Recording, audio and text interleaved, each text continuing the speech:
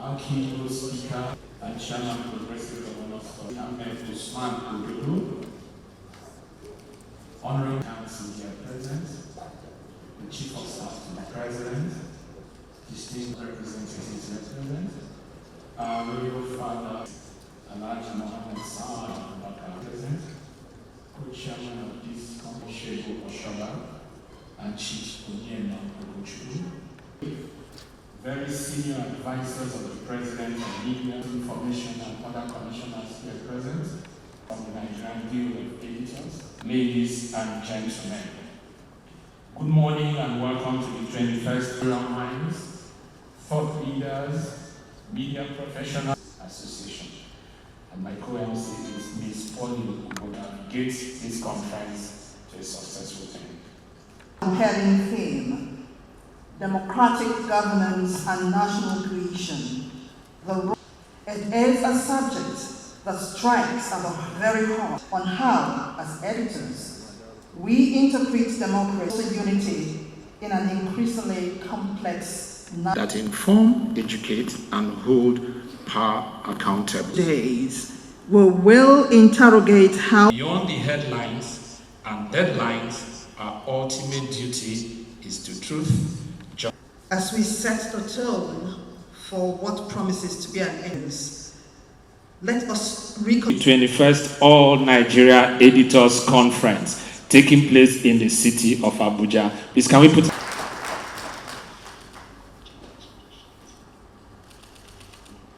And so, we would like to Guild of Editors, is it another?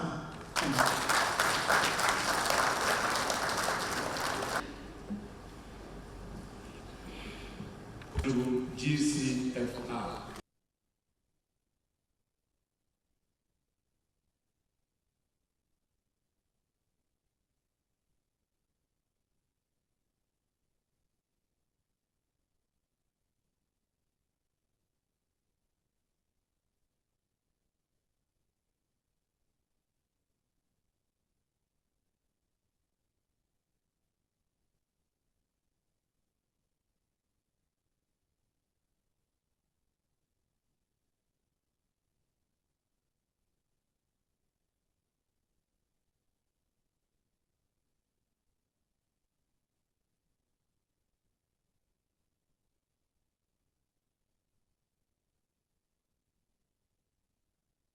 well-established protocol by the MC and reaffirmed by the President of the Guild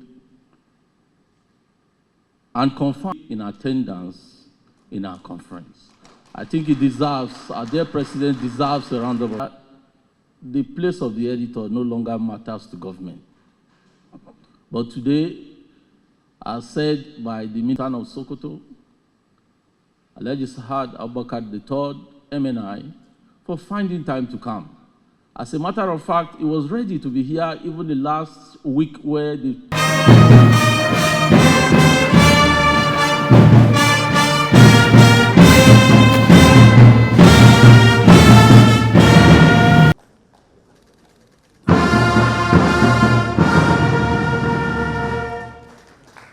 It's my honor and privilege to call on Mr. President to kindly receive this from our President, Eze Anaba, Mr. President of the Federal Republic of Nigeria, Asiwaju Bola Ahmed Tinubu, GC.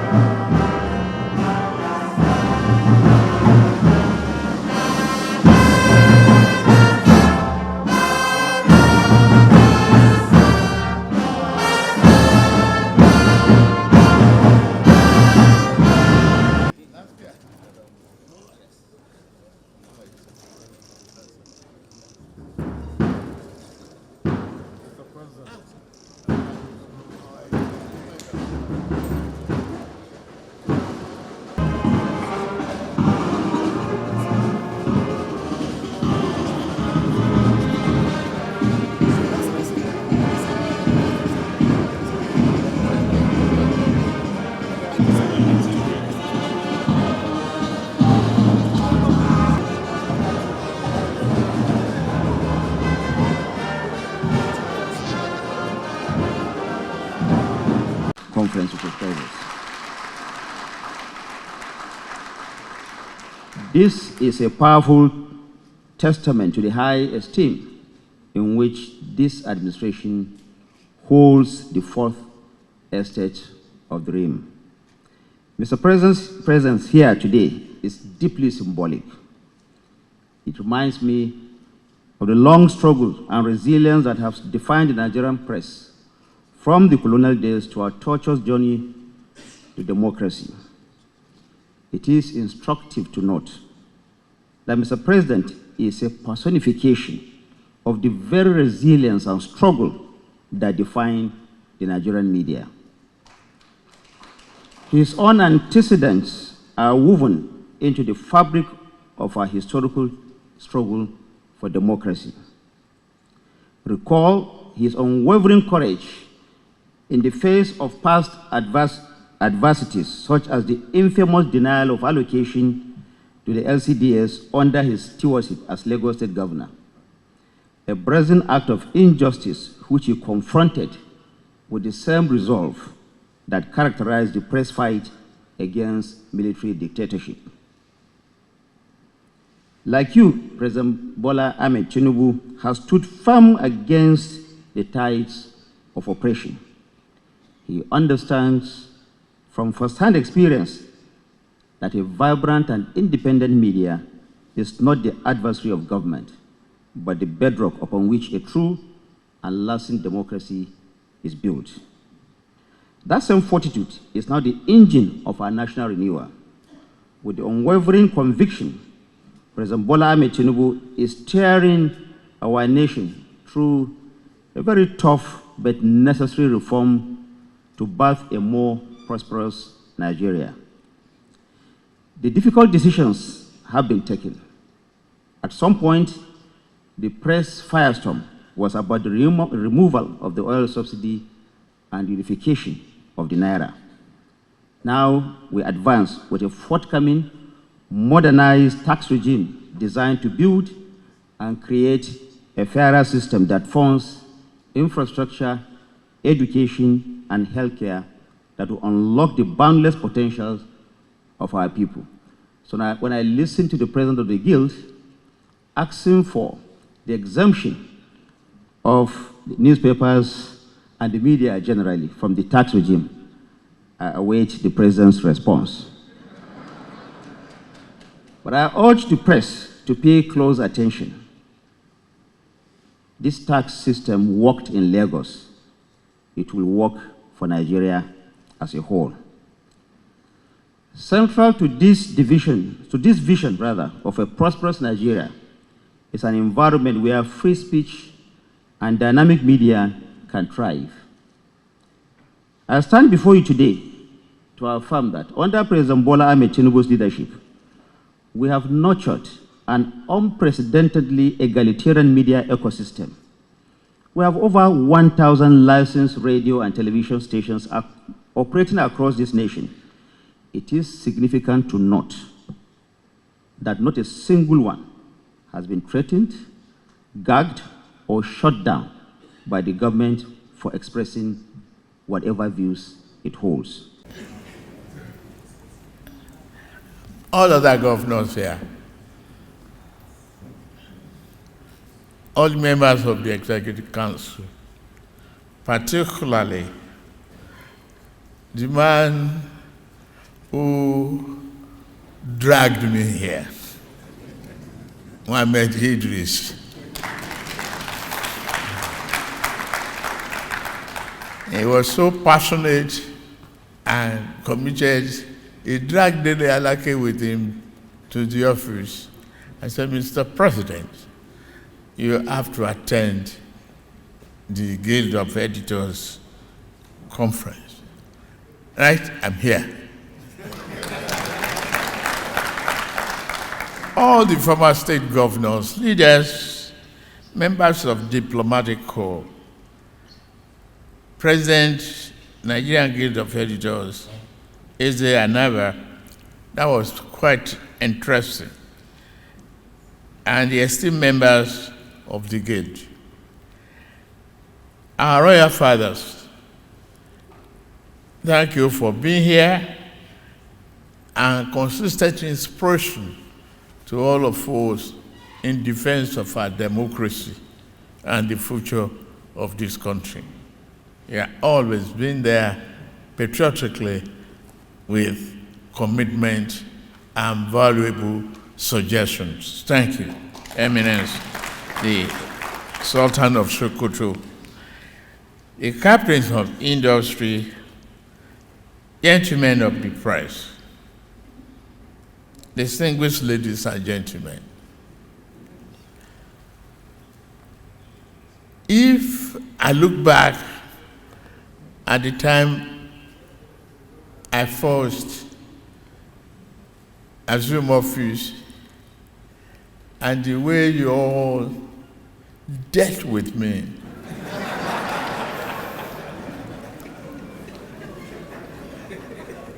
over subsidy removal, quote unquote, the floating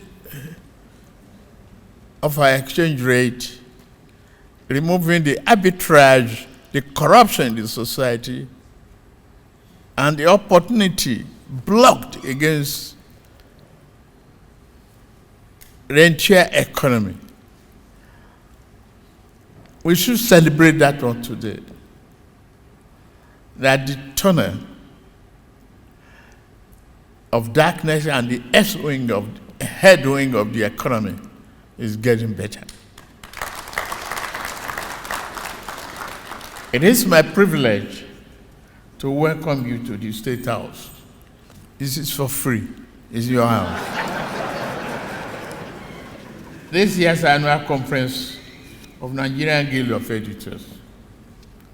Your presence here reflects the enduring importance of the media in shaping national direction and strengthening democratic life. I commend the leadership of the Guild for sustaining the tradition of reflection and professional engagement.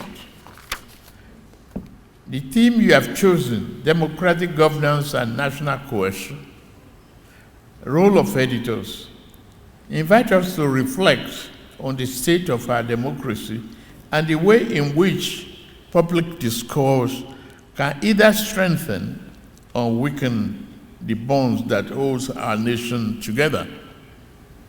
This conversation is necessary as we continue to build institutions that are transparent, resilient, and trusted by our citizens.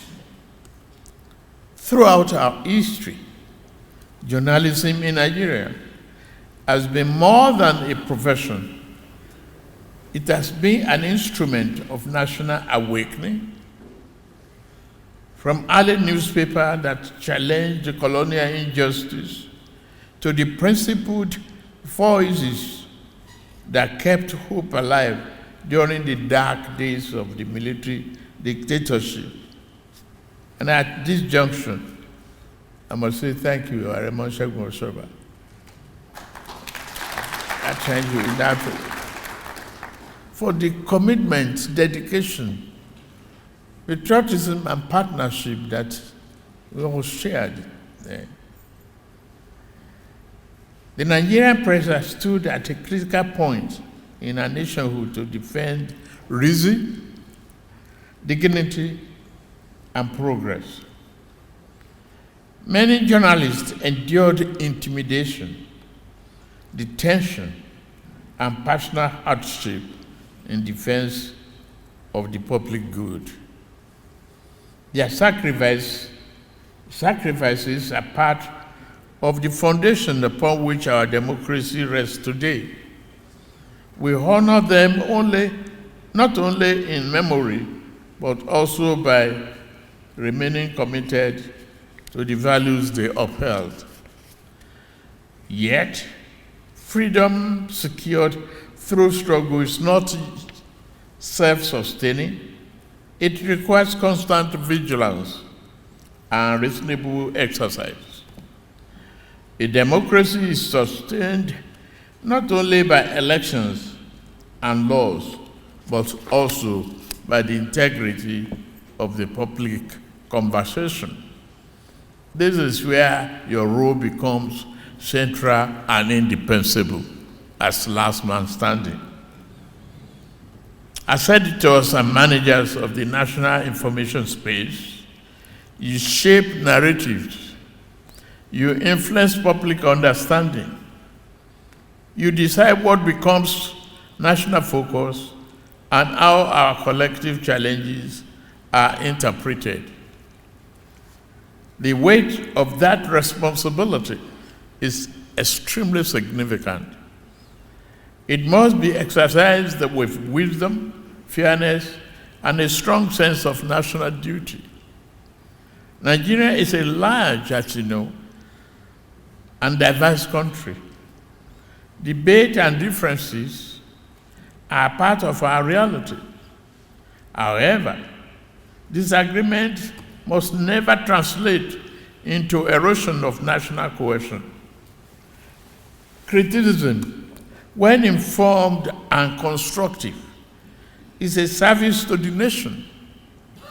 But cynicism that breeds mistrust and despair can weaken the very foundation of the society we seek to improve. The national interest must always remain paramount. We live in a time when information travels rapidly and widely. Social media has made every citizen a potential publisher. This has benefits, but it also increases the speed and scale of misinformation. Falsehood can take root before truth has time to speak. In such an environment, the editorial function is more important than ever. Verification must be your anchor. Balance must be your principle. And professional judgment must be your guide. I urge you, therefore, to continue upholding the highest standard of journalism. report boldly, but do so truthfully. Criticize government policy, but do so with knowledge and fairness. Your aim must never be to tear down what we are building together, but to help build a better society. On our part, this administration remained committed to securing our nation, sustaining economic stability, and widening the circle of opportunity for all citizens. The reform we have undertaken have been challenging, but they are designed to place our economy on a strong and enduring footing. We have taken steps to restore macroeconomic balance, encourage investment, and build confidence. The signs of progress are visible in several sectors of the economy. Still, we know there is more work to do, and we remain focused on ensuring that growth translates into real improvement in the daily lives of all Nigerians. However, economic reforms and institutional improvement alone cannot build Nigeria we seek. Nation building requires cooperation, it requires trust, it requires a shared understanding that our future is tied together. Government has its role to play, the private sector has its role to play, civil society has its role to play, and the media has a distinct responsibility to help shape a climate of reason and unity. I ask of you, therefore, to continue to exercise that responsibility with the seriousness and honor. Let us choose clarity over confusion, responsibility over recklessness, and hope over despair. Let us remember that the stories we tell ourselves as a nation and as a people influence the country we become. I've listened to the request of the chairman of the guild. While with the full write-up noted that the corporate tax relief part of the reform, VAT exemption for media tax credits, affordable loans from BOI and DBA,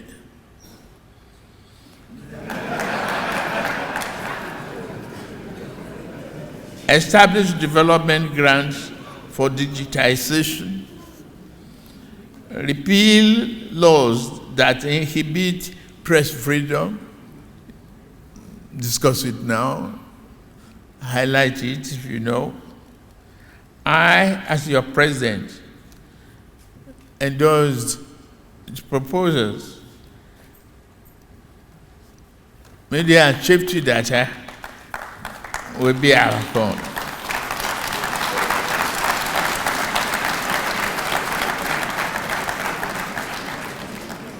Distinguished editors, your work matters. The tone you sent in your newsroom. I watched the tone on some channels recently on Alhambra election. Before the result, you start here, vote to buy, vote to buy. Who is selling?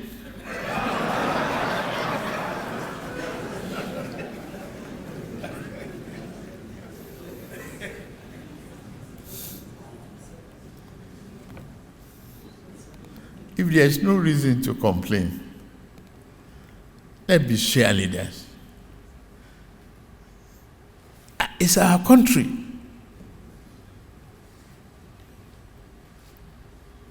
It is our country. You are going to be discussing the value charter from here. What should be worrisome to you is the image of the country you project over the outside world. How well your institution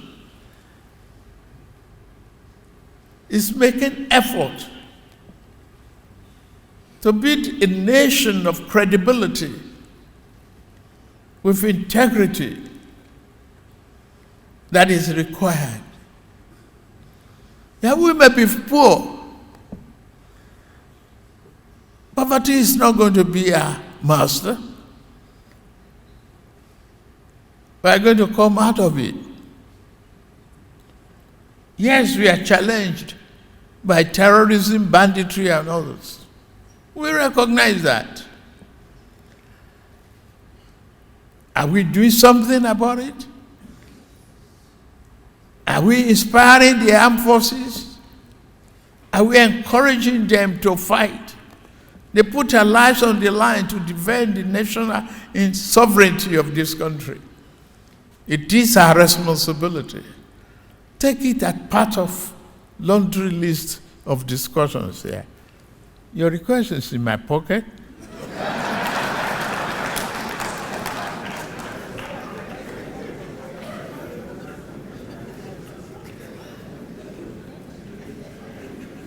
Follow up as I wish you a constructive, thoughtful, and fruitful deliberations. I look forward to the outcome of your discussions. Thank you. God bless Federal Republic of Nigeria. I declare the conference open.